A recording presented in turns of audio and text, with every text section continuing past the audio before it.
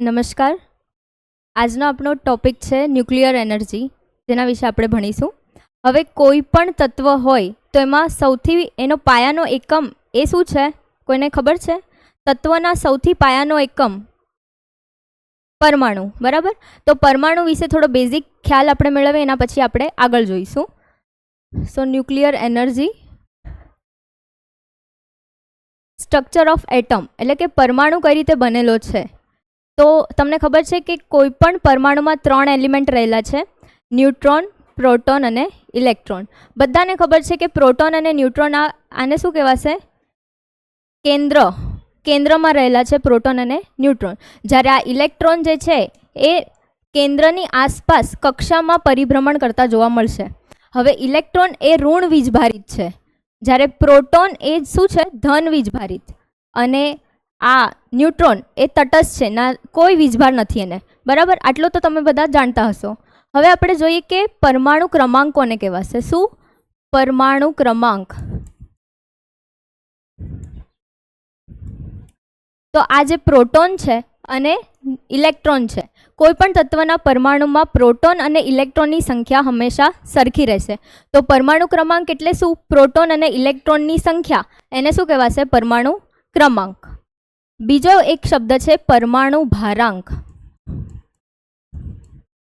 પરમાણુ ભારાંક અથવા તો પરમાણુ દળાંક. તો આમાં શું બદલાય છે? તો આમાં પ્રોટોન અને ન્યુટ્રોનની સંખ્યા તો બધી સરખી જ છે, પરંતુ પ્રોટોન વત્તા ન્યુટ્રોન આ બંનેના સંખ્યાના સરવાળાને શું કહેવાશે? પરમાણુ ભારાંક. પરમાણુ ક્રમાંક અને ભારાંક વચ્ચે ડિફરન્સ ખબર પડી? ક્રમાંક એટલે શું? પ્રોટોન અને ઇલેક્ટ્રોનની સંખ્યા. અને પરમાણુ દળાંક અથવા ભારાંક એને શું કહેવાશે? પ્રોટોન અને ન્યુટ્રોનની સંખ્યાનો કુલ સરવાળો. ઓકે, હવે આગળ જોઈએ. હવે આવે છે આઇસોટોપ. તો આ એક સ્લાઇડ છે, એમાં તમને કંઈક જોવાય છે? કંઈક અલગ જોવાતું હોય ત્રણેયમાં? તો પ્રોટોન અને ઇલેક્ટ્રોનની સંખ્યા કેવી છે? અહીંયા સરખી. બધામાં એક પ્રોટોન છે, એક ઇલેક્ટ્રોન છે, એક પ્રોટોન છે, એક ઇલેક્ટ્રોન છે, એક પ્રોટોન છે, એક ઇલેક્ટ્રોન છે. બદલાય શું છે? ન્યુટ્રોન. અહીંયા 0 ન્યુટ્રોન છે, અહીંયા 1 છે ને અહીંયા 2 છે. તો આ ન્યુટ્રોનની સંખ્યા બદલાય છે, તો આને કહેવાશે સમસ્થાનિકો. શું કહેવાશે? સમસ્થાનિકો. આ હાઇડ્રોજનના સમસ્થાનિકો છે. એવી જ રીતે યુરેનિયમના સમસ્થાનિકો પણ હોય છે. બધા તત્વોના સમસ્થાનિકો હોય છે. સમસ્થાનિકોમાં બદલાય શું છે? ખાલી ન્યુટ્રોનની સંખ્યા. ઓકે, હવે યુરેનિયમના તમને કહું તો 6 ટોટલ સમસ્થાનિકો મળે છે. એમાંથી 3 જે છે એ કુદરતી રીતે પ્રાપ્ત થાય છે અને 3 વ્યુત્પન્ન થયેલા હોય છે, એટલે કે બીજા તત્વોમાંથી આપણે યુરેનિયમ મેળવીએ છીએ. જેમ કે આપણા માટે યુરેનિયમના 3 સમસ્થાનિકો ઘણા જરૂરી છે: યુરેનિયમ 238, યુરેનિયમ 235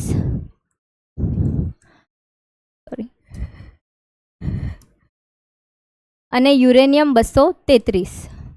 આ બંને જે છે એ કુદરતી રીતે પ્રાપ્ત થાય છે. યુરેનિયમની જે કાચી ધાતુ છે પીચ બ્લેન્ડ, એમાંથી આપણે યુરેનિયમના આ 2 સમસ્થાનિકો મેળવી લઈએ છીએ, પરંતુ આ જે સમસ્થાનિક છે એ વ્યુત્પન્ન થયેલો છે, એટલે કે થોરિયમમાંથી આપણે મેળવ્યો છે. બીજા કોઈ તત્વમાંથી આપણે આને ડિરાઈવ કરીએ છીએ. આ કુદરતી રીતે પ્રાપ્ય નથી. હવે હજી એક મારે 2 વર્ડ સમજાવવાના છે. એક છે ફિસાઇલ અને એક ફર્ટાઇલ. Fissile, fertile. ફિસાઇલને કહેવાશે વિખંડનીય પદાર્થ. હવે ફિસાઇલ કોને કહેવાશે? કે કોઈ પરમાણુ છે એમાં આપણે ન્યુટ્રોનનો જ્યારે મારો કરશું તો એમાંથી ઉર્જા નીકળશે. તો જે તત્વના પરમાણુમાંથી આપણે ડાયરેક્ટ ઉર્જા પ્રાપ્ત કરી શકતા હોય એને કહેવાશે ફિસાઇલ. શું કહેવાશે? ફિસાઇલ. જે તત્વમાંથી ડાયરેક્ટ આપણને ઉર્જા મળતી હોય એને કહેવાશે ફિસાઇલ. પરંતુ ફર્ટાઇલ એટલે શું? કે એક તત્વમાંથી ડાયરેક્ટ ઉર્જા પ્રાપ્ત નથી થતી, આપણે એને કોઈ બીજા તત્વમાં બદલવો પડે છે અને બદલેલા તત્વમાંથી આપણે ન્યુટ્રોનનો એના પર મારો કરશું તો આપણને ઉર્જા પ્રાપ્ત થશે, તો એને કહેવાશે ફર્ટાઇલ. આગળ આપણે જોઈશું એને. હવે છે આપણે ન્યુક્લિયરની 2 રીતો, ન્યુક્લિયરમાંથી ઉર્જા મેળવવાની 2 રીતો છે. એક તો ફિશન અને એક ફ્યુઝન. તો ફિશન એટલે કે પરમાણુનું વિખંડન. એક મોટા તત્વમાંથી આપણે નાના નાના તત્વો બનાવી અને એમાંથી ઉર્જા પ્રાપ્ત કરશું. તો અહીંયા યુરેનિયમ 235 છે, એનામાં એક ન્યુટ્રોનનો આપણે મારો કરશું તો એમાંથી શું બનશે? બેરિયમ અને ક્રિપ્ટોન. અને આ જે 3 છે એ ન્યુટ્રોન છે. 3 શું છે? ન્યુટ્રોન. વત્તા આમાંથી હજી નીકળશે હીટ પ્લસ એનર્જી. આ પ્રોસેસ દરમિયાન આપણને હીટ અને એનર્જી, મેઇન આપણું શું છે? એનર્જી. તો આ પ્રક્રિયા દરમિયાન આપણને આ રીતે એનર્જી પ્રાપ્ત થાય છે. પણ તો સાથે સાથે શું મળે છે? હીટ પણ મળે છે.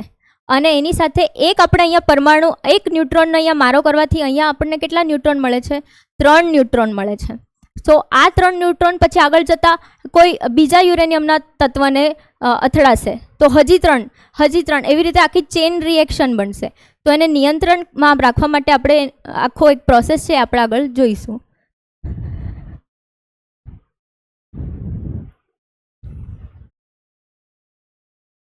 હવે છે ફ્યુઝન, ન્યુક્લિયર ફ્યુઝન એટલે કે પરમાણુનું સંલયન.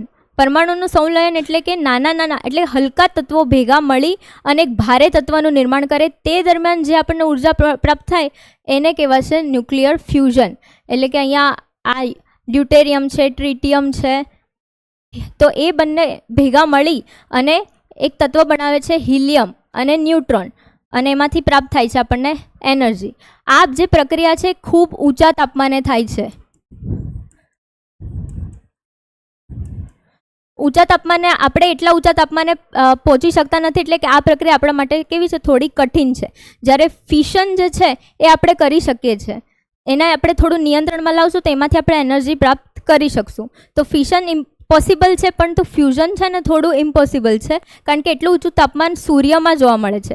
સૂર્યમાંથી જે ઉર્જા આપણને પ્રાપ્ત થાય છે એ ફ્યુઝનના મારફતે થાય છે. ત્યાર પછી આપણે ફ્યુઝન દ્વારા હે ને હાઇડ્રોજન બોમ્બ બનાવી શકીએ છીએ. હાઇડ્રોજન બોમ્બ ફ્યુઝનની પ્રક્રિયાથી બને છે. જ્યારે ફિશનની પ્રક્રિયા હશે ને તો એમાં આપણો ભારતનો પરમાણુ પ્રોજેક્ટ જે છે એ આખો ફિશન બેઝ છે. ભારતનો પરમાણુ પ્રોજેક્ટ આખો ફિશન બેઝ છે. અને આમાંથી આપણે એટમ બોમ્બ બનાવી શકીએ છીએ. આમાંથી શું ફિશનની મદદથી 2 પ્રક્રિયા થઈ શકે. એક એટમ બોમ્બ બનાવી શકીએ છીએ અને ભારતનો જે આખો પરમાણુ પ્રોજેક્ટ છે આગળ આપણે હમણાં ભણશું એ આખો ફિશન બેઝ છે. તો ફિશન અને ફ્યુઝનમાં ખબર પડી?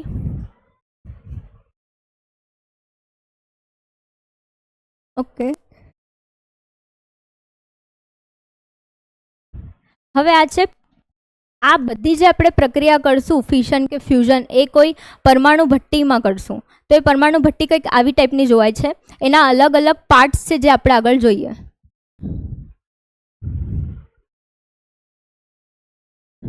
ઓકે, સૌથી પહેલાં છે કંટ્રોલ રોડ્સ.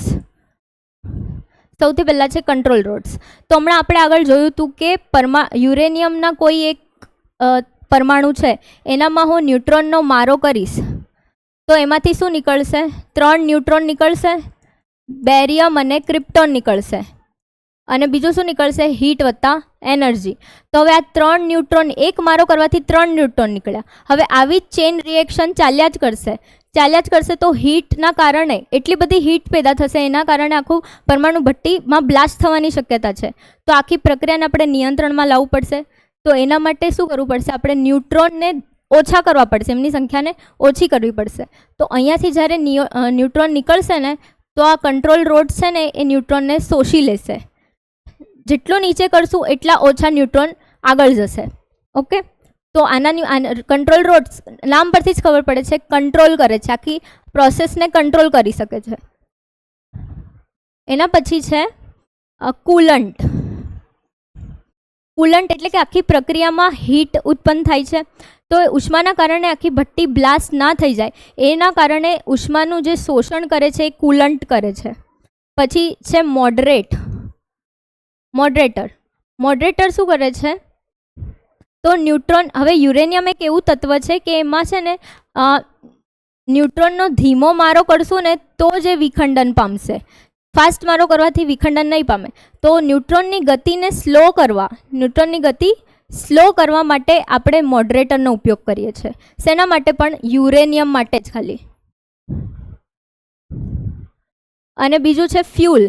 તો પરમાણુ ભઠ્ઠી આખી જેનાથી ચાલે છે એ શું છે? ફ્યુલ.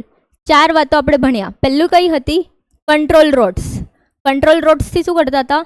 ન્યુટ્રોનને એબ્ઝોર્બ કરતા. બરાબર, ન્યુટ્રોન એબ્ઝોર્બ કરતા હતા. એના પછી છે કુલન્ટ. કુલન્ટથી શું કરતા હતા?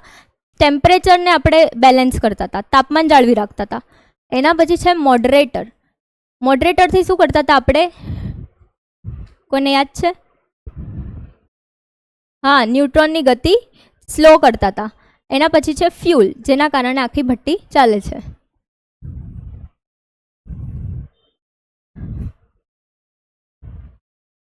હવે ઇન્ડિયાનો ન્યુક્લિયર પાવર પ્રોજેક્ટ.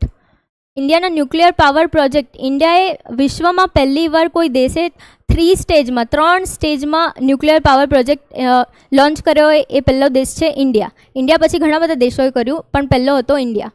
તો કયા 3 છે આપણે જોઈએ. હવે ન્યુક્લિયર પાવર પ્રોજેક્ટ એટલે શું? કોઈને વિચાર આવતો હશે કે 3 સ્ટેજ જ કેમ? તો આપણે કોલસા, હમણાં આપણે વિદ્યુત શાનાથી મેળવીએ છીએ? કોલસાથી. પણ કોલસો કેવો ઉર્જાનો સંસાધન છે? પુનઃ અપ્રાપ્ય, એટલે ક્યારેક તો એ ખૂટશે જ. તો એની મતલબ ક્યારેક એનો જથ્થો ઓછો થવાનો છે. તો આપણે બીજા કોઈ ઓપ્શન જોવા પડશે. એના સોલર પ્લાન્ટ છે. પણ આ યુરેનિયમ જે છે, ન્યુક્લિયર પાવરથી આપણે છે ને કોલસાથી લાખ ગણી ઉર્જા મેળવી શકીએ છીએ. એટલે યુરેનિયમને છે ને આપણે હોપ ઓફ એલિમેન્ટ કહેવાય છે. તો આપણે જોઈશું. એમાં પહેલો સ્ટેજ છે. પહેલો સ્ટેજ. હવે રિએક્ટર્સ આપણે હમણાં જોયા, એમાં અલગ અલગ ટાઈપના રિએક્ટર્સ હોય છે. 3 સ્ટેજમાં અલગ રિએક્ટર્સનો યુઝ થાય છે. એમાં પહેલો છે pressurise heavy water reactor. Pressurised heavy water reactor. Pressurised heavy water reactor. Pressurise એટલે દબાણપૂર્વક, હેવી વોટર એટલે ભારે પાણી. રિએક્ટરના નામમાં જ એનું કામ હશે. પ્રેશરાઇઝ, દબાણથી હેવી વોટરના મારફતે એવું કામ કરતું રિએક્ટર એટલે પ્રેશરાઇઝ્ડ હેવી વોટર રિએક્ટર. હવે એમાં આપણે પેલા 4 એલિમેન્ટ્સ જોયા હતા. કયા? શીતલક, મંદક, ફ્યુલ, એ બધા જોઈશું. તો હવે આ ફર્સ્ટ સ્ટેજમાં જે ફ્યુલ તરીકે કામ કરે છે એ છે કુદરતી યુરેનિયમ.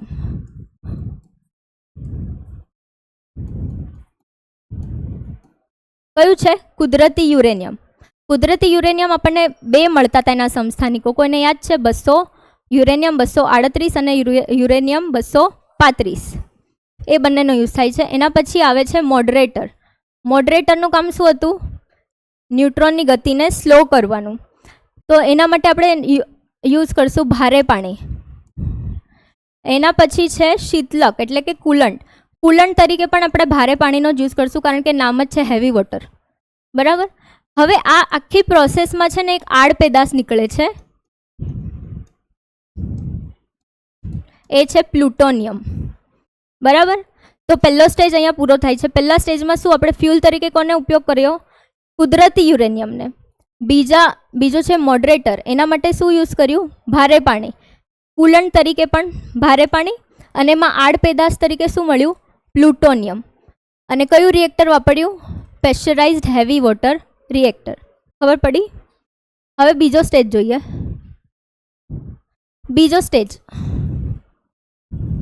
બીજા સ્ટેજમાં હવે આપણે જોઈએ, એમાં આપણે ફાસ્ટ બ્રીડર રિએક્ટર વાપરશું. Fast breeder reactor. Breeder reactor નામમાં જ છે બ્રીડર. બ્રીડરનો મતલબ છે કંઈ વધારે ઉત્પન્ન કરતું હોય. એટલે કે સ્ટાર્ટિંગમાં પ્રક્રિયાના શરૂઆતમાં આપણે જેટલું ઈંધણ કે પદાર્થ વાપરીશું એનાથી વધારે પ્રક્રિયાના અંતે એ જ પદાર્થ આપણને મળશે. એટલે કે ઇનપુટ ઓછું ને આઉટપુટ વધારે, એવી ટાઈપનું રિએક્ટર એટલે બ્રીડર રિએક્ટર. અને ફાસ્ટ બ્રીડર રિએક્ટર. હવે ફર્સ્ટ સ્ટેજમાં આડ પેદાશ તરીકે આપણને શું મળ્યું હતું? પ્લુટોનિયમ. એ જ પ્લુટોનિયમનો આપણે અહીંયા ઉપયોગ કરશું. એમાં ફ્યુલ તરીકે આપણે યુઝ કરશું. ફર્સ્ટ સ્ટેજમાં જે પ્લુટોનિયમ આડ પેદાશમાં મળ્યો હતો એ જ પ્લુટોનિયમ. એના પછી મોડરેટ અહીંયા આવશે નહીં. શા માટે? મોડરેટનું કામ શું હતું? ન્યુટ્રોનની ગતિ સ્લો કરવી. પણ એ એક જ એલિમેન્ટ માટે. કયા માટે? યુરેનિયમ માટે. અહીંયા યુરેનિયમનો આપણે ઉપયોગ જ નથી કર્યો, પ્લુટોનિયમ છે, એટલે અહીંયા મોડરેટરની જરૂર નથી. એના પછી આવશે કુલન્ટ તરીકે લિક્વિડ સોડિયમ.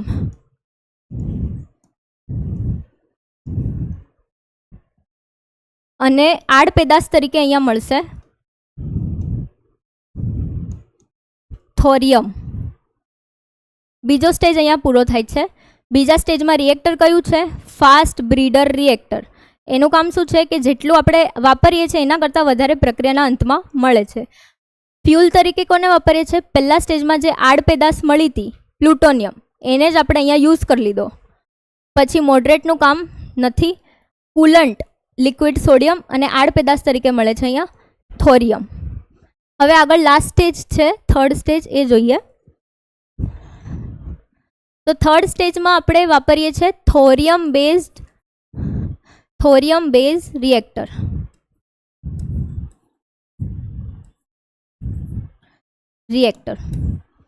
હવે એમાં શું થાય છે? થોરિયમ એ છે ને ફર્ટાઇલ બેઝ મટીરિયલ છે, એટલે કે ફર્ટાઇલ ને ફિસાઇલ મેં આગળ તમને કીધું હતું. ફર્ટાઇલ એટલે જેનામાંથી ડાયરેક્ટ ઉર્જા મેળવી નથી શકતા. તો થોરિયમ એક એવું છે કે જેનામાંથી આપણે ડાયરેક્ટ ઉર્જા નથી મેળવી શકતા. પહેલાં એને કોઈ બીજા એલિમેન્ટમાં કન્વર્ટ કરવું પડશે, કોઈ બીજો એલિમેન્ટ મેળવવો પડશે, એનામાંથી આપણે ઉર્જા મેળવીશું. તો થોરિયમમાંથી આપણે છે ને પહેલાં યુરેનિયમ 233માં એને ફેરવશું.